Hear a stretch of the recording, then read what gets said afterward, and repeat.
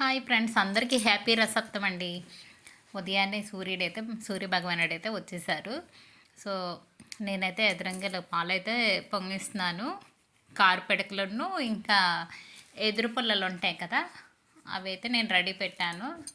So మంట అయితే పెట్టాను, ఇంకా అలా కాలుతూ ఉంది. ఇంకా దగ్గరికి వస్తుందండి, ఇంకా పొంగడం ఉంది. సో పొంగడం కూడా అయిపోయిందండి. పాలైతే పొంగేశాక ఇంకా రైస్ అయితే వేస్తున్నాను. ఇంకా పరమాన్నం అయిపోయాక నేను ఏం చేస్తున్నానంటే చిక్కుడాకులు 7 ఆకులు ఒకే ప్లేట్లో పెట్టుకుంటున్నాను. ఇలా 7 ఆకులు పెట్టేసి ఇంకా పరమాన్నం అయితే వేసుకుంటాను. అలాగే ఆ రోజు సప్తమి రోజు చిక్కుడాకుల్లో తింటే చాలా మంచిది. ఇంకా నేనైతే ఆకులు రెడీ చేసుకున్నాను. ఇంకా ప్రసాదం అయితే వేస్తాను. 7 ఆకులు పెట్టేస్తానండి. సోమవారికి 7 ఆకులు, 7 చిక్కుడుకాయల రథము, 7 చిక్కుడు ఆకులు. పరమాన్నం చాలా టేస్టీగా ఉంటుందండి. ఈరోజు చాలా బాగుంటుంది కదా. అలాగే చెరుకు ముక్కతో పరమాన్నం అయితే చేసి సోమవారికి పెడుతున్నాను.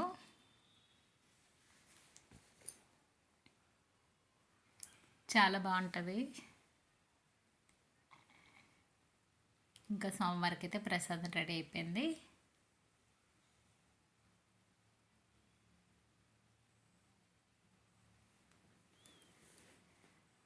సప్తమి రోజు ఆరోగ్యాల గురించి పూజ చేస్తాం కదా. సూర్య భగవాన్ అంటే ప్రార్థించుకుంటే చాలా మంచిది. సప్తమి రోజు అవ్వకపోయినా ఏదో ఒక ఆదివారమైనా చేసుకోవచ్చు. చాలా చాలా మంచిదండి.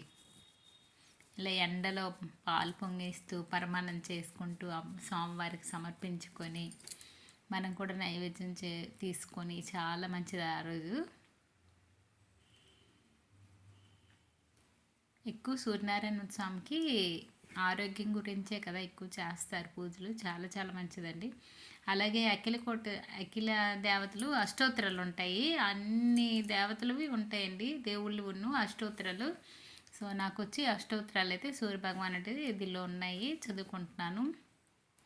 ఇంకా 365 ఒత్తు ఒకటి పైన వెలిగించాను. ఇక్కడ వచ్చి 7 ఒత్తులండి. 7 ఒత్తులు ఎలా అంటే ఫస్ట్ 7 ఆకులు వేసి జిల్లేడు ఆకుల మీదేమో గోధుమలు వేసి 7 ఒత్తులు అయితే వెలిగించుకున్నాను.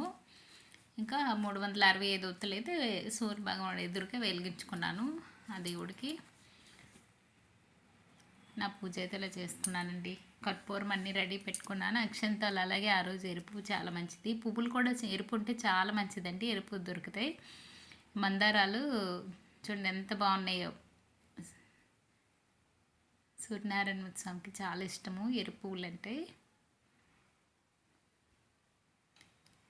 అలాగే మా తులసమ్మ దగ్గర నేను పెట్టేసి పూజ అయితే చేసుకున్నాను. అక్కడ ఎండ కూడా బాగా తగులుతుంది మాకు ఉదయాన్నే.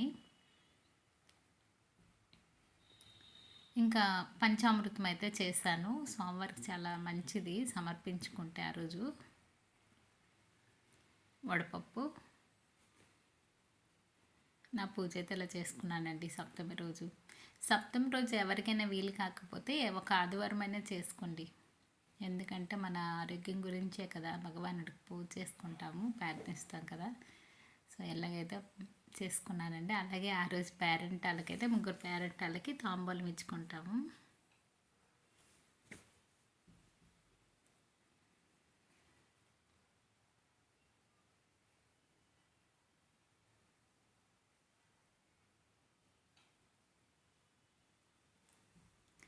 ఇలా పేరెంటాలకైతే తాంబూలం ఇస్తున్నాను.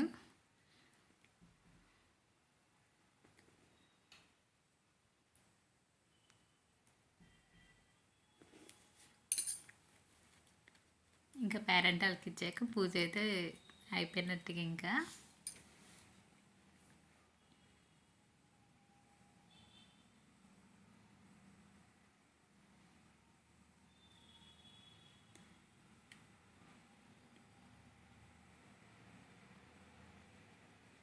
నా పూజ అయితే ఇలా చేసుకున్నానండి.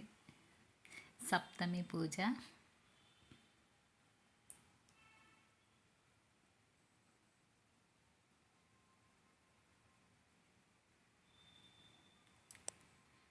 చక్కగా అందరూ దేవుళ్ళు అయితే తీసుకున్నాను. ఇంకా పూజ చూడండి. ఇంకా ఫోటో దగ్గర కూడా ఎండ అయితే వస్తుంది.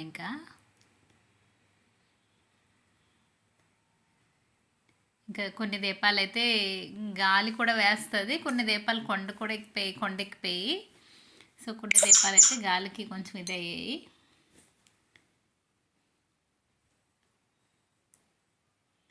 రెడ్ పువ్వులతో స్వామివారికి అయితే ఇలాగైతే పూజ చేసుకున్నాను, రెడ్ అక్షంతలతో.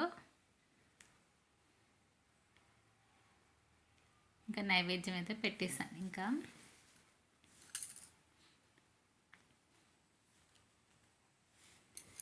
సప్తమి రోజున పూజ అయితే ఇలా చేసుకున్నానండి.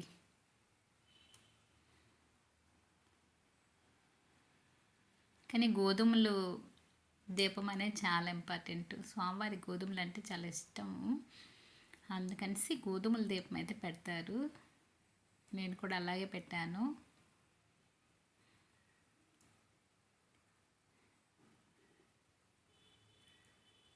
ఏడు ఆకులు వేసి గోధుమలు వేసి ఒక తమలపాకు పెట్టి, తమలపాకు మీద గోధుమలు వేసి ఇలాగైతే దీపం పెట్టాను. దీపం కొండెక్కిపోయింది. సో తులసమ్మ దగ్గర అయితే ఇలా చేసుకున్నానండి. నా పూజ అయితే సప్తమి పూజ అయిపోయింది.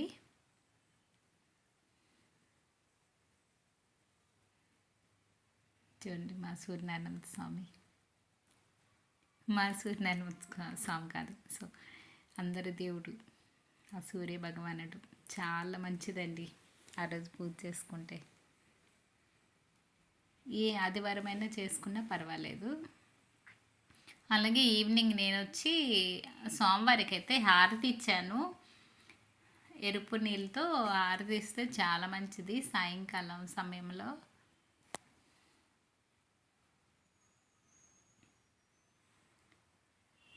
ఇలాగైతే స్వామివారికి హారతి అయితే ఇచ్చేసాను.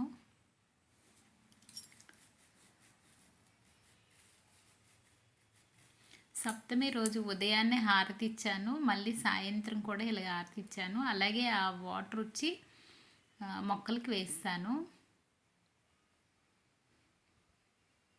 ఓకే ఫ్రెండ్స్, ఈ వీడియో కానీ నచ్చితే లైక్ చేయండి, షేర్ చేయండి.